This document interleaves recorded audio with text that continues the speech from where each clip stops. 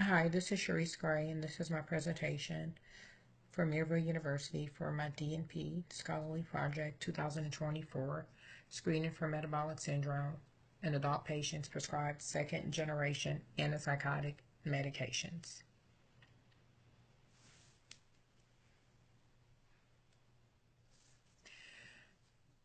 This scholarly project aimed to increase the monitoring and screening for metabolic syndrome in adult patients over the age of 18 taking second-generation antipsychotic medications at the practice site.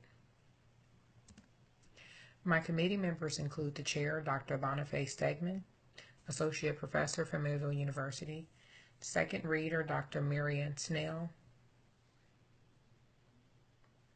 director of DNP practice programs at Maryville University, and my community member, Wendy Grimes, who's also the chief clinical officer at the practice site where the scholarly project was implemented.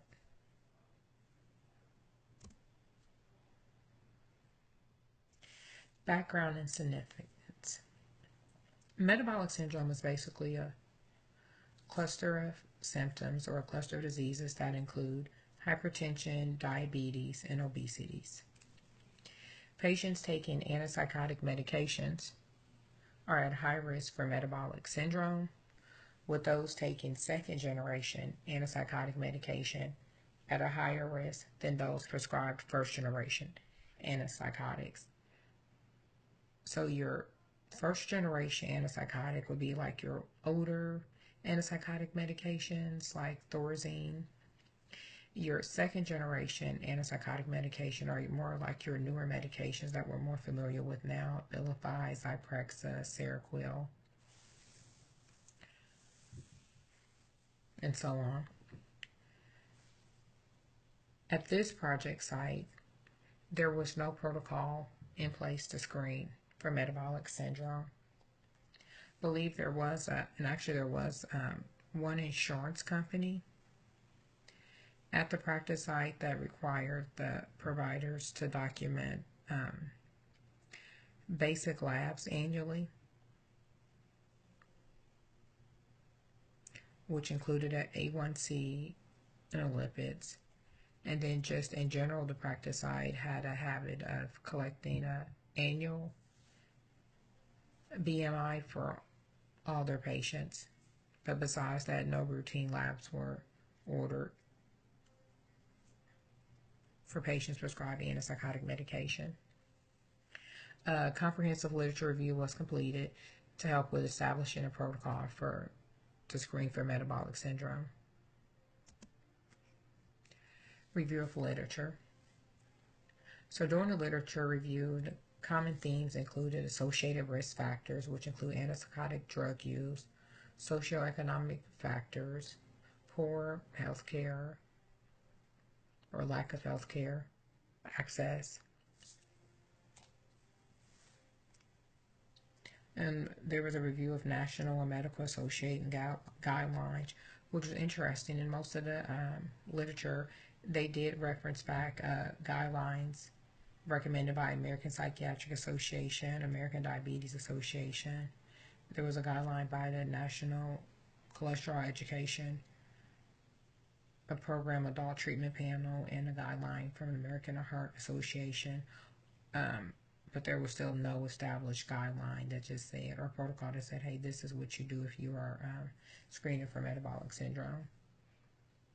Role confusion. There was a lot of role confusion identified in the review of literature between primary care providers and psychiatric providers in regards to who's responsible for screening for metabolic syndrome. The psychiatric providers are prescribing medication. Is it their responsibility, or is it more of a medical provider responsibility, since they'll be the one responsible for treatment? And then there was some barriers identified to screening. That was a common theme in the literature that was reviewed.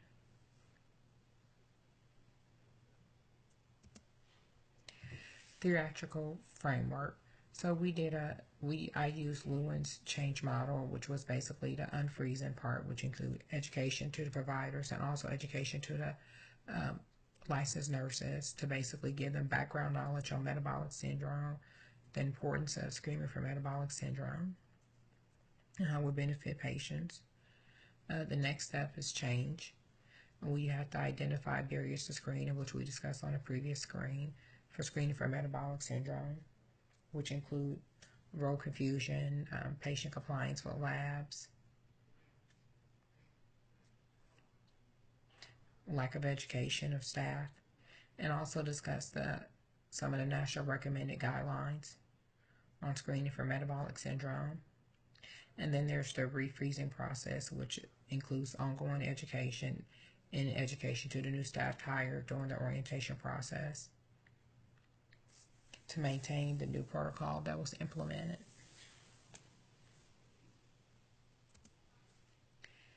Methods and designs. So this was a quantitative design.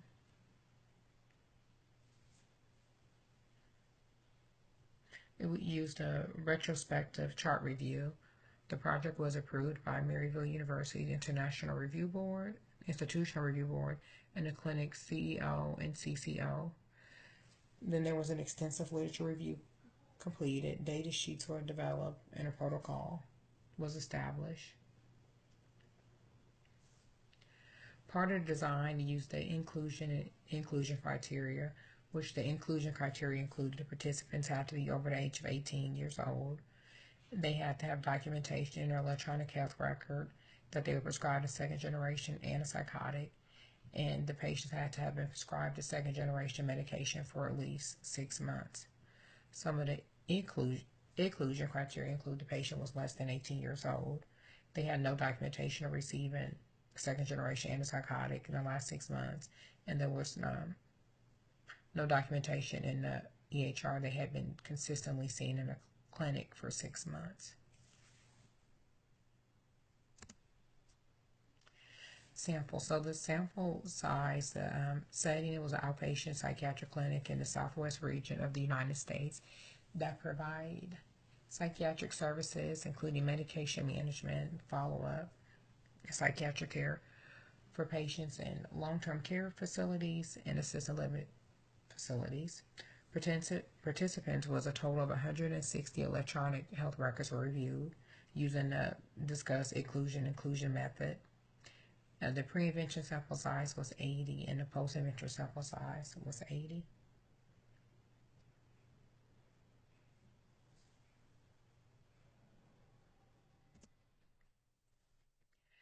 Data analysis.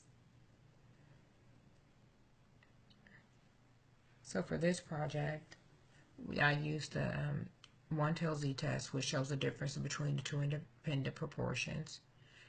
And the result shows that the p-value was less than 0.01, which showed considerable evidence that screening improved after the intervention, which supported the hypothesis of the DMP project that screening would improve after the introduction of the protocol. And this chart here basically shows the sample size, pre-intervention, post-intervention, the number of patients that were screened for metabolic syndrome, pre-intervention, post-intervention, level of significance, group 1 proportion, group 2, Z statistic, p-value, rejected the null hypothesis, confidence level,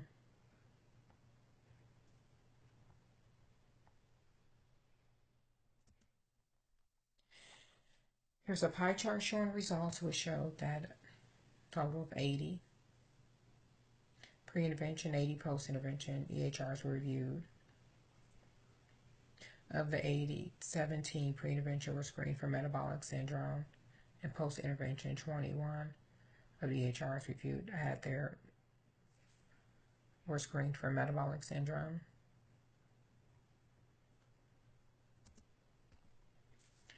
Limitations.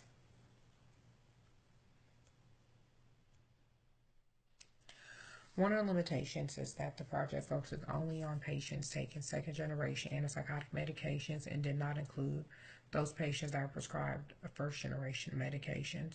One was because of the literature review showed that patients taking second generations were at a higher risk. However, there was some literature that supported that patients taking any antipsychotic medication, including first-generation antipsychotics, were at risk for metabolic syndrome. Another limitation is I had to assume that the data was entered correctly into the electronic health record.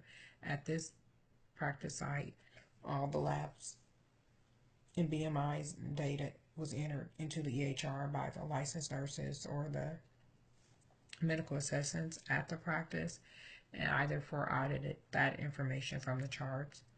There was also time constraints, which was another limitation, which also was difficult getting the providers and the licensed nurses together to complete the education needed to implement the protocol. And another limitation was there was a change in EHR software during implementation of a protocol, and so charts had to be re-audited. And there's a possibility that some data was missed during the changeover process.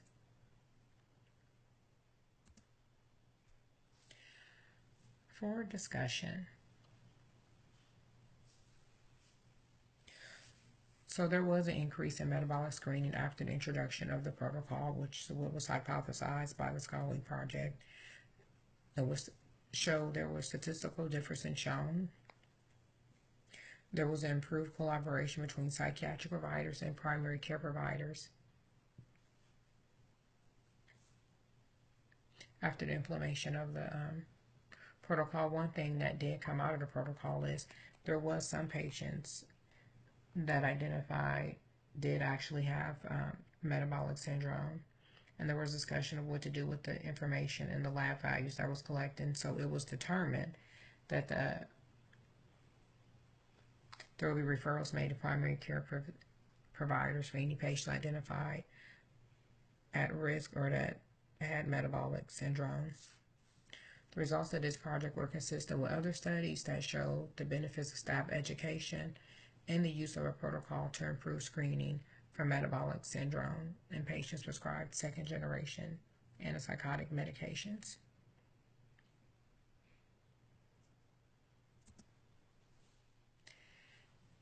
Implication for practice.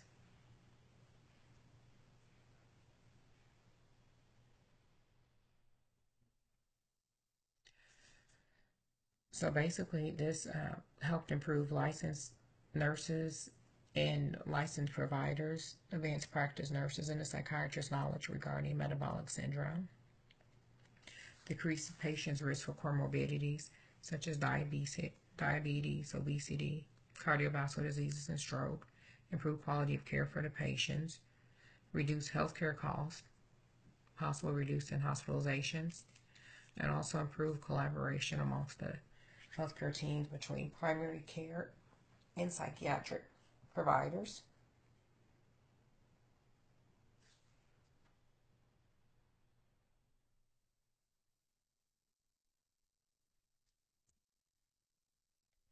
In conclusion, metabolic syndrome is a severe side effect of antipsychotic medications. It often goes undetected until a patient presents with comorbidities such as hypertension, diabetes, obesity, or stroke. This established protocol will reduce those risks. Things that I would have done differently, I would have liked to have the time to introduce a pre-test prior to starting the introduction of the protocol and starting the project with the licensed nurses and the providers to identify what knowledge they had regarding metabolic syndrome, and then educate nurses and providers, and then do a post-test after the introduction of a protocol. Going forward, we're going to continue to educate staff on metabolic syndrome. The findings will be presented to administration. Well, they were presented to administration. And there's a plan to implement the protocol to include all antipsychotic medications, not just those prescribed second-generation antipsychotic medications.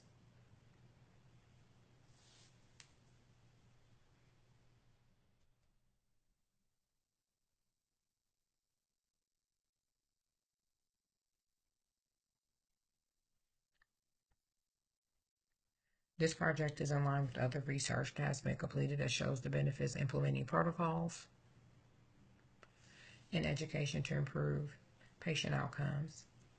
The benefits of this DNP program has helped me advance my career and helped me be seen as a leader among nursing. Thank you for listening to my presentation, and I am open for any questions via email.